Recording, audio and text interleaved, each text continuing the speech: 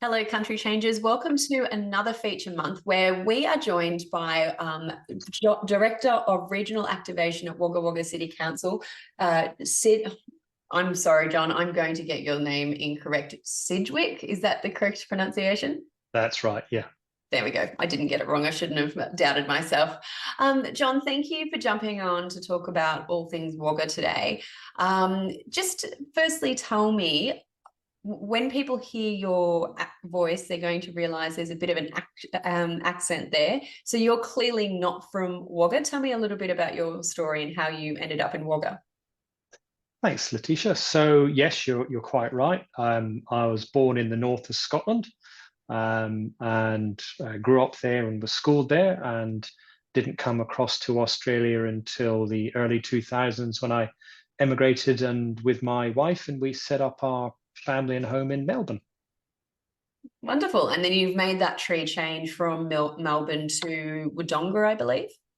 Yeah, that's right. We moved up to northeast Victoria about 10 years ago. Really, really good change for us.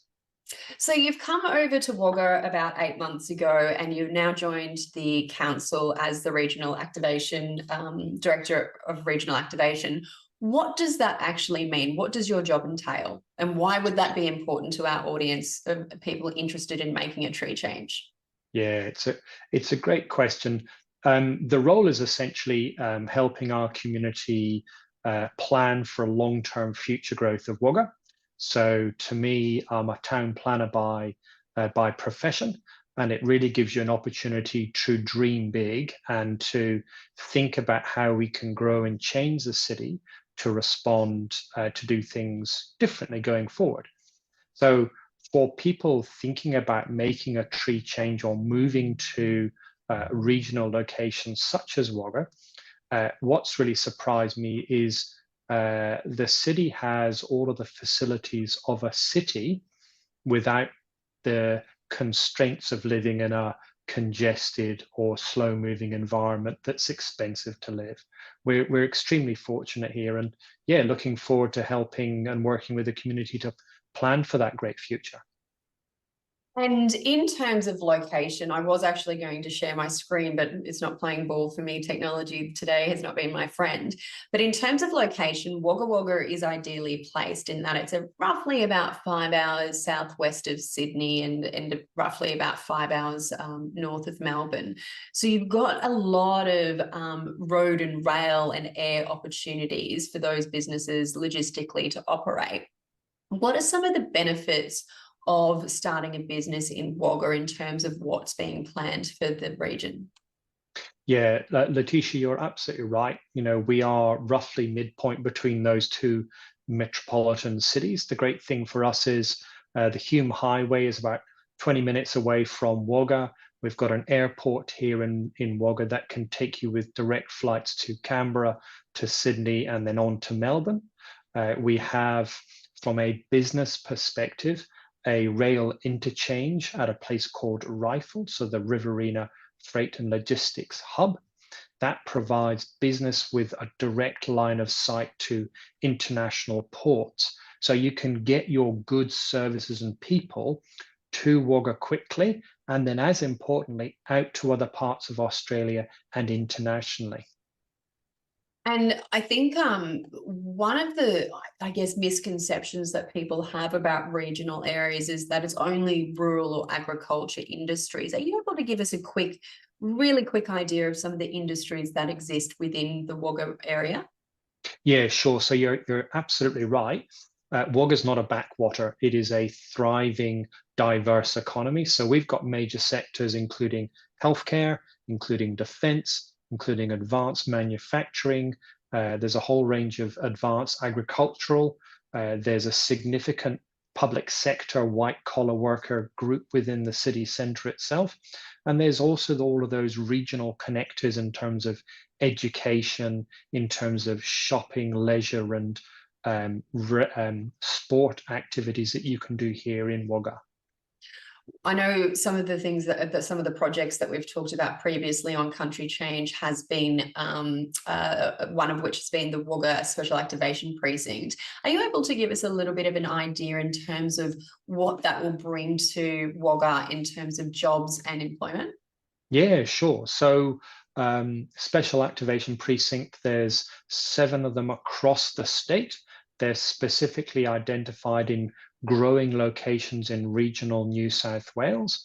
The one in Wagga is approximately 4,500 hectares of land. That's located immediately next to that rail interchange. And we're anticipating at full growth, you'd have up to 6,000 jobs there in a range of industries that include advanced manufacturing, advanced agriculture, warehousing, freight and logistics, and packaging companies that can really take advantage of our big catchment out to the Murray Riverina area and then into those city locations. And to put that into perspective for people, Wagga is currently about 70,000 people. That Riverina Murray catchment is about 175,000 extra people. But Wagga is planning for future growth of around up to around 100,000 people. When is that target set for, and what are some of the key processes or strategies that council has adopted to ensure that that growth is sustainable? Yeah, so great question. The figure of 100,000 people is somewhat aspirational. We don't have a set target when we seek to achieve that. I guess from my side and the work that we're doing here at Council, it's about putting in place the plans that will help us to achieve that growth long term. So there's a couple of different things we're doing here. We're focusing heavily, as a lot of other places in New South Wales, on housing. And we need to make sure that people who want to work here have got a great place to live. And the reality is, unless you can bring a workforce into somewhere like Wagga, you can't engage that growth and get that economic benefit.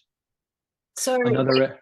oh, sorry, I was going to say. No, I was going to say, go ahead. Oh, we do know that housing is a hot topic across the country, not just in regional areas. So, what is Wagga Council doing to address the housing shortage that is on our doorstep, literally? Yeah. So the first thing is we are preparing a housing strategy that will help us understand what's our current supply and demand for housing, and what are the needs of our community both now and the one that we're looking to attract into the future. What are their needs, and where can we then look to put housing in the long-term future? So part of that is we already have a really significant growth area located to the north of the city centre, which can accommodate up to 6,000 dwellings in the next 10 to 20 years' time. Okay, so there's that current the current situation is being assessed, and then for the future growth, we're expecting more dwellings to be released through house and land packages. Is it from that perspective, or? Yeah, so if we were to plan for 100,000 people, it's broadly 14,000 new homes that need to be built. So that's why we talk about the northern growth providing up to 6,000 homes. That's a council-led matter. We've been planning that for quite a while. And then we're also getting the private sector coming forward to us at locations in the south of the city, which could bring forward an additional 3,000 dwellings. So that's already giving us up to 9,000 dwellings for us to look at. And the housing strategy will help us to understand where are the other opportunities that will help us reach that figure of 14,000 homes. I mean, look, that's great to hear. I think a lot of people will be relieved to know that those sorts of opportunities are available, because some, obviously city areas, they're landlocked, they can't go any further, and that's the beauty of regional areas. Long-term planning is the focus of many of these council regions. Excuse me. So we've talked housing, we've talked employment and industry. What about education? What does Wagga have on offer from all levels of education?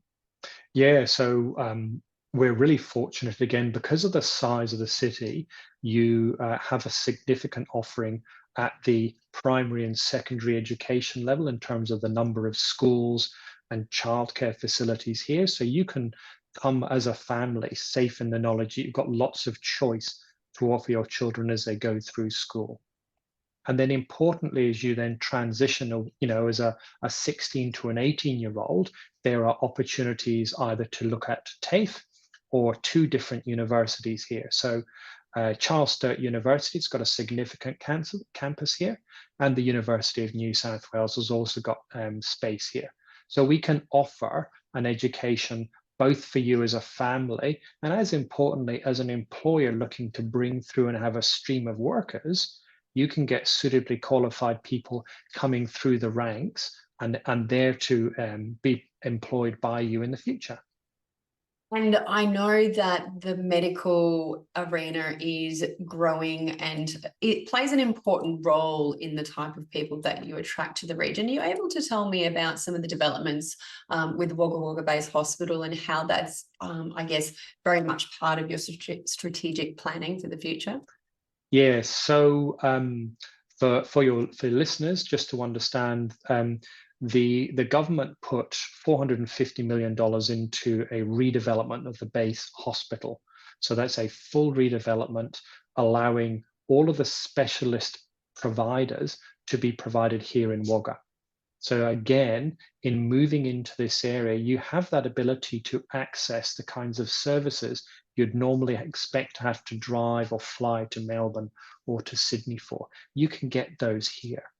The other point that's really important is that the base hospital is located immediately next door to Calvary Private Hospital, and council and the private sector has worked on what's called a health and knowledge precinct, which says, how can we leverage and make better use of these two hospital facilities and grow them for the community moving forward? And look, that's such an incredible relief, I think, to people, because no matter the age you are or how old your children are or whatnot, I think access to solid healthcare is really important for people. So to know that all of those specialists are literally on your doorstep, I think that's a really important thing for people to know exists and is a big focus of the region and supporting those other outlying areas. But we've talked all the serious things, but what about from a lifestyle perspective? As a tree changer yourself to Wagga pretty recently, what's the biggest lifestyle pull and draw card that you've found since moving? So I reckon there's three things that I would point at. The first is I can arrive at work having spent 10 minutes in the car. So I can do a really full, thorough day at work, which is really engaging and stimulating. And I'm really lucky to have a great team here that I work with. But I can be out the door and on the running track or on the mountain bike, still light enough to be able to enjoy all of the things that Wagga has to offer. So for me, there's a real convenience factor. Yeah, that work-life balance. Absolutely.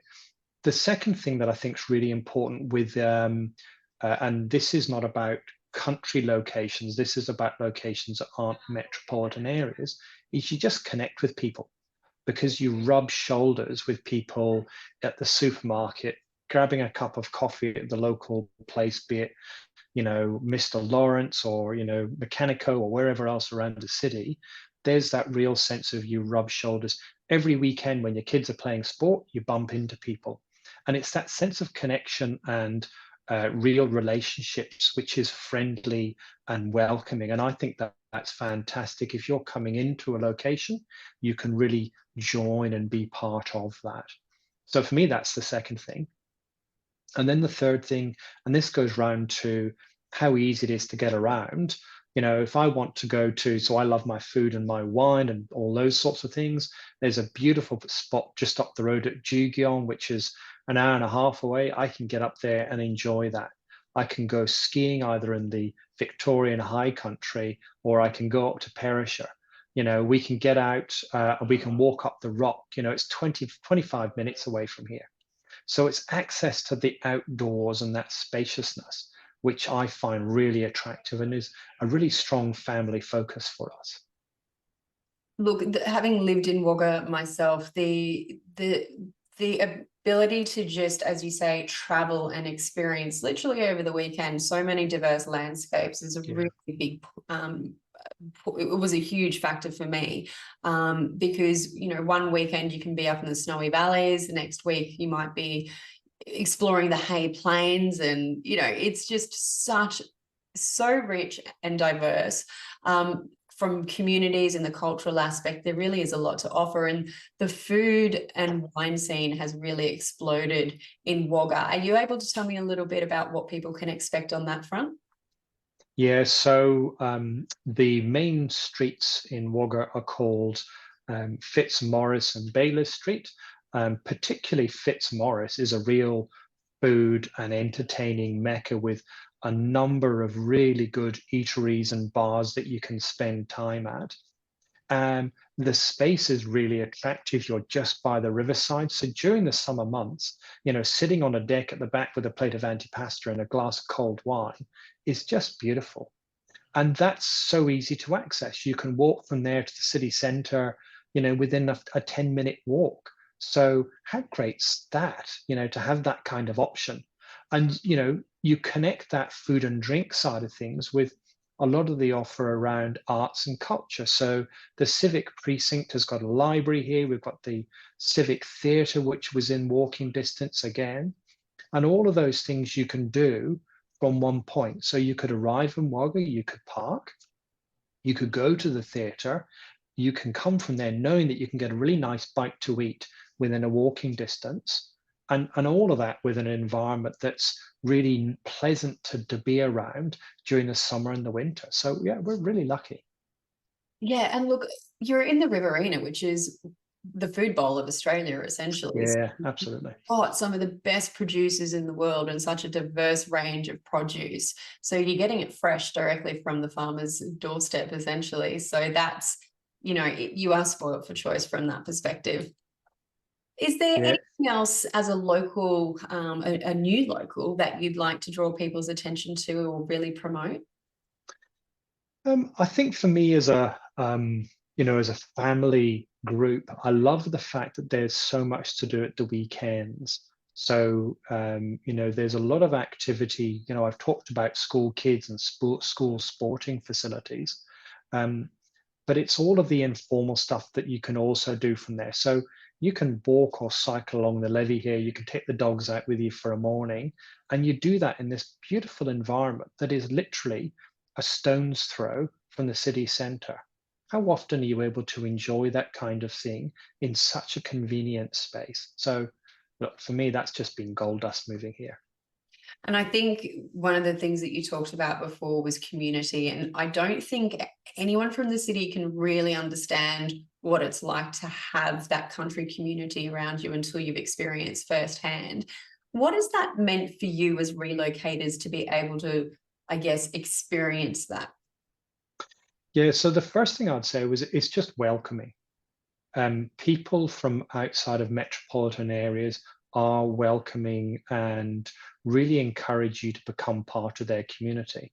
And to be able to connect in with that, you actually have to roll up your sleeves and participate. And it doesn't matter whether you're any good at any kind of sport, or you may be interested in the arts and culture side of things, or just leisure activities. Being here, people really welcome you into that space, which is fantastic to see because we are a really diverse community, and it's wonderful to see, how sport and leisure can bring people from different cultures and backgrounds together. Again, I think that's really special. I've often joked on these webinars that even if sport's not your thing, it quickly will be, because it's what everybody does, especially this time of year, weekend, Saturday or Sunday football. Yeah. Everybody gets down, and look, even if you don't know the rules, it's just a great community vibe. Just having a go, isn't it? Yeah, absolutely. Is there any advice that you'd offer anyone interested in moving to Wagga Wagga? Well, that's a good question. Look, my first thing is I'd say just give it a go. The wonderful thing about Wagga is you have the ability to come here yourself and to know that your family and your partner can access a whole range of really diverse jobs that are rewarding and stimulating. So you can do that. You can buy a house within a really beautiful context and surrounding, safe in the knowledge that your family can be well educated, that you can access all of those services and facilities we've talked about. So healthcare, recreation, leisure, entertainment. And it's a real whole of life experience that you can engage with here in Wagga without the hassles of being in a city where you can't do things as easily. I love the convenience here. Yeah, absolutely. Well, thank you so much for sharing your experience and also the current situation and future for Wagga. Was there anything else you'd like to add before we wrap up? No, that's been great. Thank you so much for the opportunity to chat to you. Yeah, absolutely. Thank you. And for anyone interested in receiving more information about tree change to Wagga, you can head to our country change page, countrychange.com.au. There is a page specifically dedicated to Wagga and has all those details, as well as some contact information if you would like some support in answering any of those questions. So, John, thank you again. And I look forward to seeing you all again next month. Have a great day. Take care. Thank you.